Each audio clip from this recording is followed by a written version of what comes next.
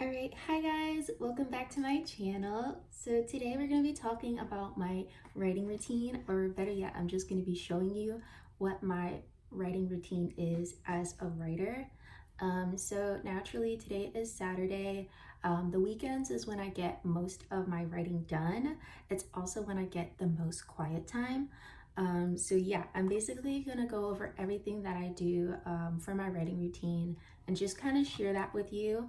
All right, so one of where I write my books in Google Docs. I started out trying to use like all of those fancy other softwares like Scrivener and yada yada, but I couldn't keep up with it, and the thought of like not paying my monthly subscription to it and like losing some of my work would just like blow my mind. So yeah, I work in Google Docs. I'm old fashioned, and honestly I feel like that's all you really need, and it's free, and I love free, so that's why I use Google Docs. And then another thing I like to use for planning is Notion. That's where I do all of my note taking and just planning out my chapters ahead of time. Another thing that I use besides Notion for planning my stories is something called a Milanote.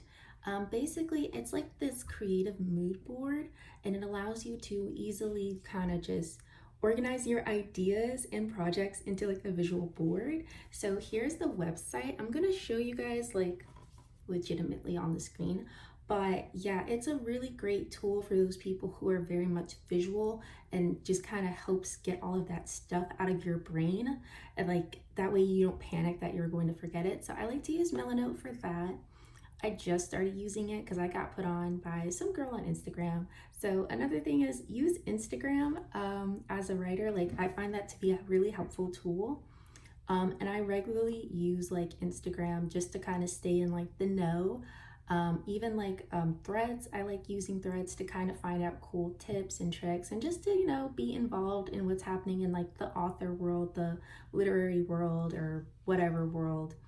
But yeah, so that brings us to my actual like writing flow.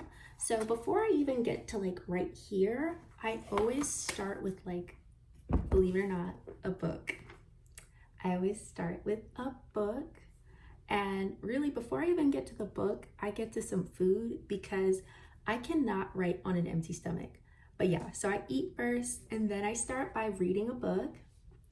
So yeah, I start by eating a book, start by eating a book. I start by eating a book. That is hilarious.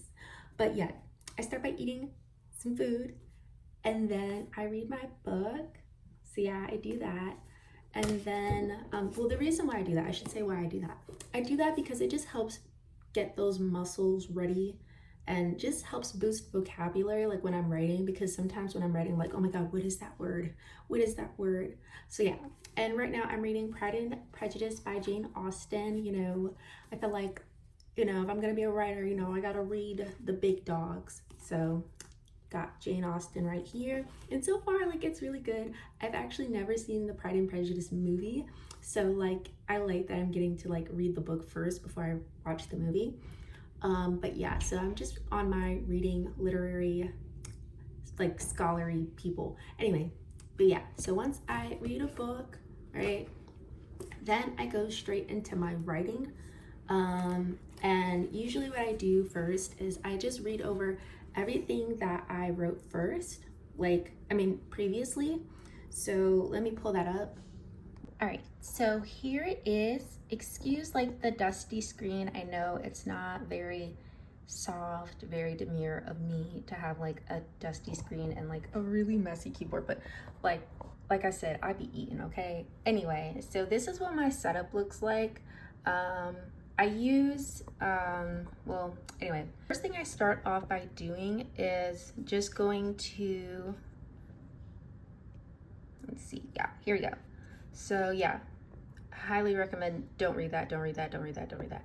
Anyway, yeah, so I always start off by reading what I previously wrote, and I always leave myself like a little note over here of where I would like to continue off. So like right here I have described the architecture of the palace a little bit more. I have described more of her story and childhood with him, describe his character, and also describe what he is wearing, and I give like a description.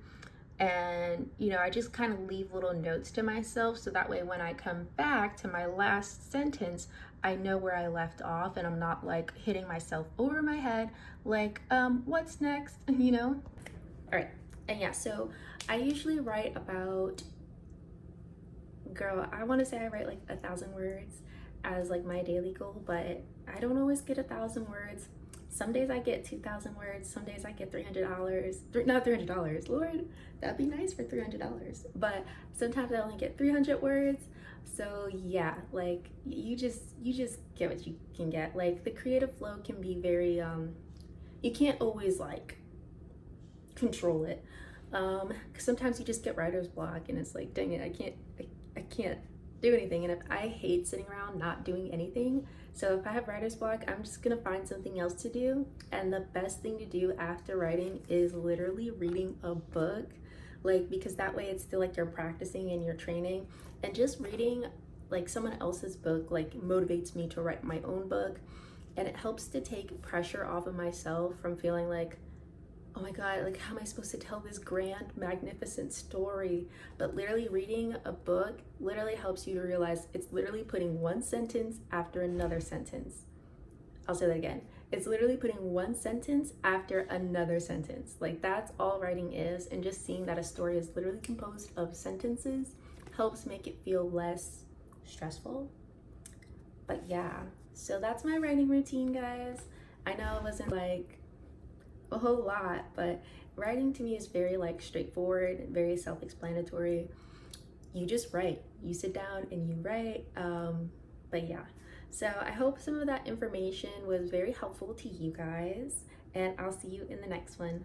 Bye.